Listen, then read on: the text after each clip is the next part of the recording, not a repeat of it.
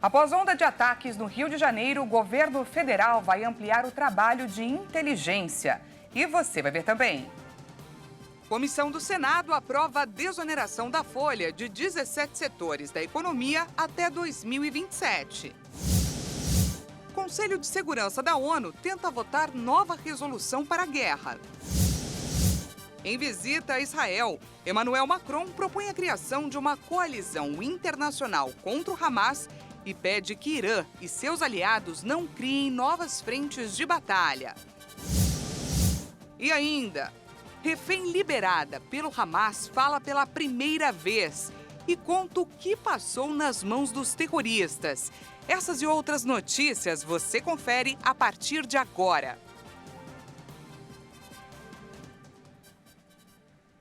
Olá, boa tarde, seja muito bem-vindo. Nós estamos ao vivo, agora 1h04 pelo horário de Brasília. E vamos juntos então conferir o que é notícia no Brasil e no mundo nesta terça-feira.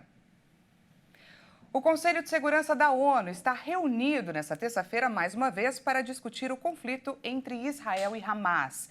Uma nova minuta está em jogo para a resolução desse conflito. Presidido pelo ministro das Relações Exteriores do Brasil, Mauro Vieira, o grupo quer um acordo de cessar-fogo e a abertura de corredores humanitários na faixa de Gaza. Vale lembrar que no dia 18 de outubro, uma resolução proposta aqui pelo Brasil foi rejeitada pelo Conselho. O único país a se opor ao texto foi os Estados Unidos, que lamentaram a ausência de menção do direito de autodefesa de Israel. E dessa vez o Brasil apontou que os Estados Unidos querem interferir no voto da Rússia do Conselho da ONU. Lideranças mundiais pedem a criação de 2 estados independentes, com israelenses e palestinos convivendo lado a lado sem guerras. E o presidente da França, Emmanuel Macron, pediu nesta terça-feira que o conflito entre Israel e o movimento palestino Hamas não seja ampliado. Macron viajou a Israel para mostrar solidariedade e se encontrou com o presidente Isaac Herzog e o primeiro-ministro Benjamin Netanyahu. O francês pediu a libertação imediata dos reféns e lembrou os franceses mortos nos ataques de 7 de outubro. Nossos 2 países estão ligados pelo mesmo luto. 30 cidadãos franceses foram mortos pelo Hamas e para o meu país este é o ataque terrorista mais mortal desde 2016. É uma página negra na nossa história. Macron propôs a criação de uma coalizão internacional contra o Hamas e pediu que o Irã e seus aliados não criem novas frentes de batalha. Ele também afirmou que é preciso retomar as negociações de paz entre israelenses e palestinos. O ataque surpresa de 7 de outubro do Hamas, que governa a faixa de Gaza, deixou mais de 1.400 mortos no território israelense. Em represália, o exército de Israel bombardeia a faixa de Gaza diariamente e, segundo o Hamas, mais de 5.000 palestinos morreram até o momento no território. Nesse mesmo encontro, o presidente de Israel, Isaac Herzog, passou um recado para o Líbano. Ele enfatizou que deve ficar claro que o Líbano pagará o preço se a guerra eclodir com o Hezbollah. Segundo Herzog, o grupo está brincando com fogo e deixou claro que Israel não está à procura de um novo confronto na fronteira norte ou com qualquer outra pessoa. Bom, e a israelense Yocheved Lifshitz, libertada após mais de 2 semanas sendo feita refém pelo Hamas, falou nesta terça-feira sobre a experiência que viveu. Ela é a primeira refém do grupo que falou sobre a realidade vivida durante o tempo em que ficou mantida em cativeiro. Uma israelense de 85 anos, libertada pelo grupo islâmico Hamas, disse nesta terça-feira que foi agredida durante seu sequestro, mas que recebeu um bom tratamento durante seu cativeiro de mais de 2 semanas na faixa de Gaza. Eu estava deitada na moto com o corpo de um lado e as pernas do outro e os caras me bateram no caminho. Não quebraram minhas costelas, mas me machucaram muito e foi muito difícil para respirar. A idosa afirmou que o Hamas se preparou muito bem para os ataques do dia 7 de outubro e tinham tudo o que os reféns poderiam precisar. Eles os alimentavam e mantinham um ambiente limpo. Ficamos ali deitados em colchões, eles cuidaram muito da higiene para não adoecermos e tínhamos um médico que vinha a cada 2 ou 3 dias para ver como estávamos.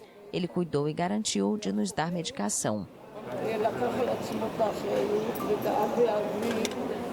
A mulher vivia no kibbutz Nir Oz, uma das comunidades israelenses perto da faixa de Gaza, onde combatentes do Hamas atacaram em 7 de outubro. Seu marido, também octogenário, está entre os mais de 200 reféns ainda mantidos em cativeiro em Gaza. O neto do casal fez um apelo nesta terça-feira. A melhor mensagem que posso enviar à guerra é que precisamos libertar todos os reféns, não apenas a minha família, não apenas a minha avó e meu avô. Penso que a primeira coisa que precisa acontecer são as mulheres e as crianças, como sempre.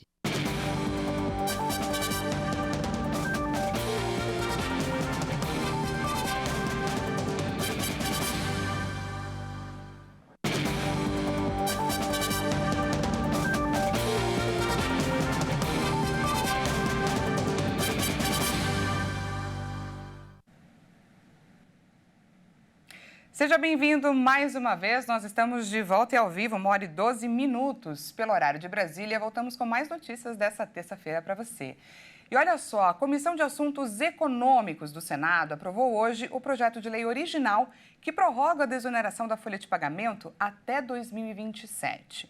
Eles fizeram um acordo para aprovar o parecer original do relator e levar a discussão ao plenário principal do Senado. Se aprovada no plenário, a medida beneficia os 17 setores da economia que mais empregam no país. Entre eles estão os calçados, comunicação, confecção, construção civil, fábrica de veículos e proteína animal.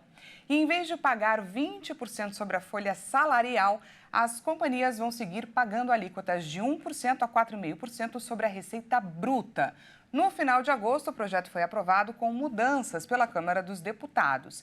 A Comissão do Senado rejeitou alguns pontos, entre eles a alíquota de desoneração dos municípios. O texto propôs a redução de 20% para 8% a todos os municípios com até 142 mil habitantes, considerados pequenos, enquanto a Câmara queria a desoneração para todos os municípios brasileiros, com alíquota que variava de 8% a 18%, a depender aí do PIB per capita.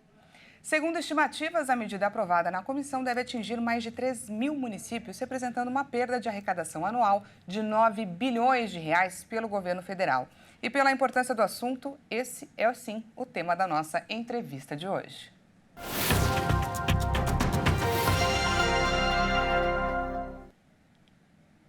Bom, eu chamo agora para a nossa conversa o economista Rica Mello. Rica, seja muito bem-vindo mais uma vez aqui no nosso espaço. Oi, é um prazer estar aqui com vocês. Prazer todo nosso. Rica, então explica pra gente de que forma a desoneração da folha de pagamento impacta nos empresários e também para nós, os trabalhadores. Olha, existem dois impactos. O impacto principal são naqueles 17 setores em que essa desoneração deve continuar acontecendo aí até 2027, então são mais 3 anos de prorrogação, né? Nesses setores que você comentou há pouco, calçados, indústrias de automóveis, né, indústria de construção civil, uma série de setores, evidentemente fica mais barato para as empresas empregarem um maior número de pessoas, né? Então, o que acontece? Esses setores acabam tendo uma vantagem e acabam podendo até crescer no país. Então, a gente vai ver aí ainda mais empregos, né? A gente está falando de mais ou menos 10 milhões de pessoas empregadas nesses setores que vão ter essa vantagem para conseguir empregar ainda mais pessoas e ainda reduzir ainda mais o desemprego. Vale dizer que o desemprego já está baixo no Brasil, então isso vai fazer com que todo mundo que queira um trabalho hoje em dia consiga um trabalho se quiser aqui no nosso país. O estímulo, né, Rica, para criar e também manter os empregos. E olha só, muito tem se falado sobre a preocupação pela diminuição da arrecadação tributária, inclusive pela alteração feita no Senado, né, que quer inserir a extensão do benefício para pequenas cidades, e tem a proposta da Câmara que quer ampliar aí para todas as prefeituras do país. Isso ainda vai ser definido em plenário, como eu pontuei um pouquinho antes. Mas como então ficaria essa conta, né, caso abrangesse todas as prefeituras?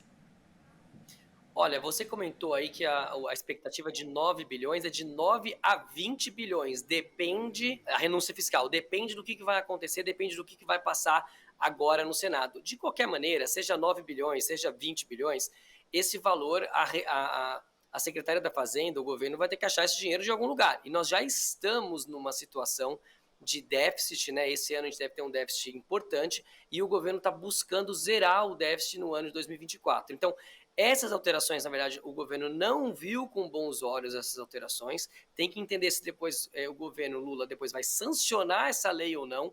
Ele não sancionar tem um custo político também, porque tem uma série de setores que vão acabar ficando chateados por não terem esse benefício, né? Mas é um custo para a sociedade de outros setores bancarem esses 17 setores. Então, por um lado, é bom para esses 17 setores, por outro lado, é difícil para o resto do país, que ficam com as contas mais apertadas e o governo tem que tirar esse dinheiro de algum lugar. Pois é, Rica. E eu queria agora então que você comentasse, que a gente voltasse a falar sobre a geração de empregos. Qual que é a expectativa então dessa medida para a redução do desemprego no Brasil? Olha, o desemprego no Brasil, a gente já está próximo de 8%. É um nível de desemprego baixo quando a gente compara com vários outros países. Quando chega em 5 ou 6%, é o que a gente chama de desemprego zero. Porque sempre tem alguém que quer sair de um emprego e ir para um outro, sempre tem alguém que quer ficar 6 meses ou um ano parado sem trabalhar. Então, a gente já está chegando próximo disso, está cada vez ficando mais difícil para os empregadores acharem funcionários. Então, isso vai fazer com que os empregos se modifiquem de alguns setores que não estão sendo contemplados para aqueles segmentos que estão sendo contemplados. Então, não é que vai existir uma grande diminuição do desemprego. Vai ter um pequeno impacto, tá? Porque são setores que empregam mais, mas é um pequeno impacto e um grande impacto trazendo gente para esses setores que têm essa desoneração versus os setores que não têm desoneração. Então já temos aí uma visão positiva para a economia brasileira. A gente acaba de conversar com o economista Rica Mello. Rica, muito obrigada pela sua participação. Obrigado pelo convite, estou aqui à disposição. Até mais. E por falar em arrecadação, outro tema que está em pauta hoje na Câmara dos Deputados é a taxação dos super ricos. A medida deve fazer aumentar a arrecadação do governo federal.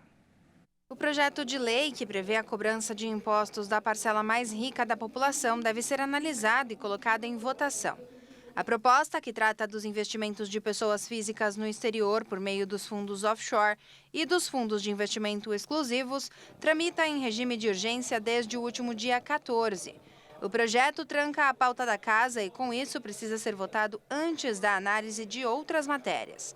Essa também é considerada uma das pautas prioritárias da equipe econômica, que espera que a medida reforce a arrecadação dos cofres públicos em 20 bilhões de reais em 2024 e cerca de 54 bilhões de reais até 2026. O relator do projeto, o deputado Pedro Paulo, incluiu no parecer a cobrança do imposto de renda sobre rendimentos dos fundos fechados 2 vezes ao ano, em maio e novembro, como ocorre com os fundos abertos. Além disso, o relator também reduziu a alíquota para 6%. Os fundos fechados são instrumentos de investimento montados para pessoas com 10 milhões ou mais para aplicar. Atualmente, esses fundos são tributados apenas no momento do resgate e não antecipam o pagamento, como fazem os demais fundos. Em relação à taxação das offshores, o governo quer instituir a tributação de trusts. Atualmente, os recursos do exterior são tributados apenas e se o capital retorna ao Brasil. O governo estima em pouco mais de R$1 trilhão o valor aplicado por pessoas físicas no exterior. Bom, e após a onda de ataques no Rio de Janeiro, o governo federal vai ampliar o trabalho de inteligência. O secretário executivo do Ministério da Justiça, o número 2 da pasta, Ricardo Capelli, vai se reunir com a Polícia Federal e também com representantes dos governos estadual e também municipal. O governo federal ainda não considera a possibilidade de uma intervenção federal no Rio de Janeiro. Para tentar combater o crime organizado no Rio de Janeiro, o trabalho de inteligência da Polícia Federal deve ser expandido. Capelli afirmou que a inteligência é o foco, mas o Rio de Janeiro vai contar também com a ampliação do efetivo ostensivo com a Polícia Rodoviária Federal e a Força Nacional. No Rio de Janeiro, Ricardo Capelli vai se reunir com as superintendências da Polícia Federal e da Polícia Rodoviária Federal, além de representantes dos governos estadual e municipal. O secretário nacional de Segurança Pública, Tadeu Alencar, e o comandante da Força Nacional, coronel Fernando Alencar Medeiros, também participam do encontro. Nesta segunda-feira, a zona oeste da capital fluminense sofreu uma onda de ataques após o sobrinho de um miliciano ter sido morto em uma operação policial. 35 ônibus e um trem foram queimados, gerando um grande transtorno para a população e para crianças que devem ficar sem aulas nos próximos dias. Em um dia, só os veículos queimados causaram um prejuízo que ultrapassa os 35 milhões de reais. O governo federal trata a questão da violência no Rio de Janeiro como um problema nacional e as ações devem ser mais efetivas. O governo brasileiro tem que assumir a responsabilidade de ajudar todo mundo. Eu já conversei com o governador, Castro, do Rio de Janeiro. Ontem eu conversei com o Flávio Dino. Hoje eu vou conversar com o ministro da Defesa na perspectiva de fazer com que a aeronáutica possa ter uma intervenção maior nos portos do Rio de Janeiro, nos aeroportos do Rio de Janeiro, que a Marinha possa ter uma intervenção maior nos portos do Rio de Janeiro, para ver se a gente consegue combater mais, o crime organizado, o narcotráfico, o tráfico de armas, ou seja, nós vamos ter que agir um pouco mais. Nós estamos ao vivo, 1h23 pelo horário de Brasília. Estamos falando aqui sobre mais um dia de caos vivido na cidade do Rio de Janeiro, que tem 70% do território controlado por grupos armados. Isso de acordo com um estudo feito pela Universidade Federal Fluminense.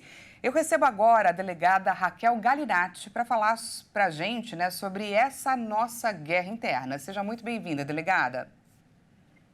Boa tarde a todos que estão nos assistindo agora. A gente que agradece, doutora, a sua disponibilidade. Uma ótima tarde para você. E, delegada, esse é um problema crônico aqui no Rio de Janeiro, A gente está assistindo a mais um episódio de violência extrema que impacta direto no direito de ir e vir do cidadão.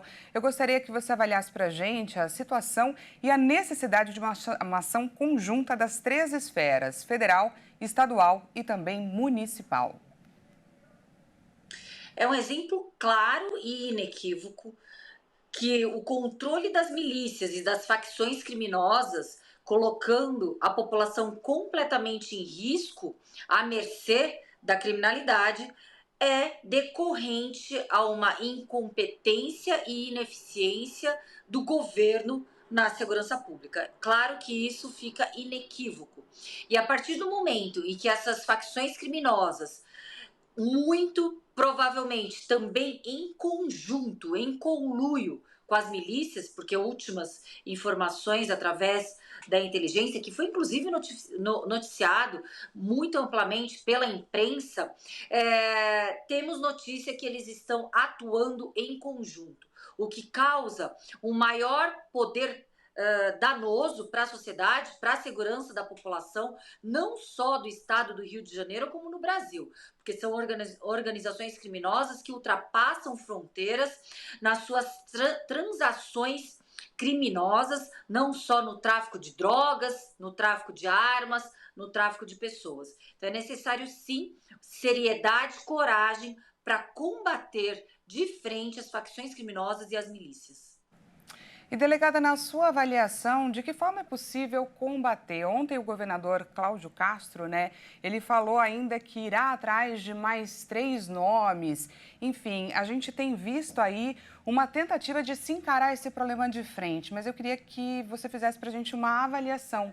De que forma é possível fazer isso sem interferir, é claro, tanto na vida dos cidadãos, que imagino que a falta de segurança, inclusive para voltar para casa, que a gente acompanhou ontem, impacta bastante na vida desses cariocas. Em primeiro lugar, a gente não pode ter ações imediatistas assim que o problema ocorre. Temos que ter uma estrutura eficaz, tanto no policiamento ostensivo preventivo, que são as polícias militares, no policiamento de investigação, que são as polícias judiciárias do Estado, mas principalmente adequar e classificar esses crimes como devem ser classificados. Se a gente desvia de forma doutrinária, inclusive rompendo a Convenção Internacional da ONU, que versa o enfrentamento ao terrorismo, que tem um cunho político de dizimar povos, de dominação de povos, estaríamos cometendo o erro gravíssimo de estarmos dando legitimidade para facções criminosas. Então, em primeiro lugar, os atos praticados por essas facções criminosas e milícias não são classificados e nem tipificados na nossa legislação como atos de terrorismo. São atos de destruição, são atos que colocam em risco a incolumidade pública, dano ao patrimônio, incêndio, organização, associação criminosa, e assim devem ser combatidos e denunciados e muito responsabilizados numa possível sentença, que espero que todos sejam ali identificados, principalmente os chefes, né, dessas organizações criminosas, para que a gente tenha políticas públicas concatenadas, permanentes e não somente narrativas oportunistas que surgem de tempos em tempos quando tragédias ocorrem. Tá certo, delegada. Eu agradeço demais a sua participação. A gente acaba de conversar com Raquel Galinatti. Muito obrigada por trazer aí o seu olhar para esse conflito entre as milícias e a segurança pública que assola o Rio de Janeiro. Muito obrigada pela sua participação. Eu que agradeço, muito honrada de participar de um jornal tão sério como é o Hit TV. Muito obrigada, delegada. Essa edição fica por aqui. Muito obrigada pela sua companhia. A gente encerra essa edição com imagens do Rio de Janeiro. Não se esqueça que daqui a pouquinho Bruna de Jaimo chega com mais informações para você. Uma ótima tarde e até amanhã.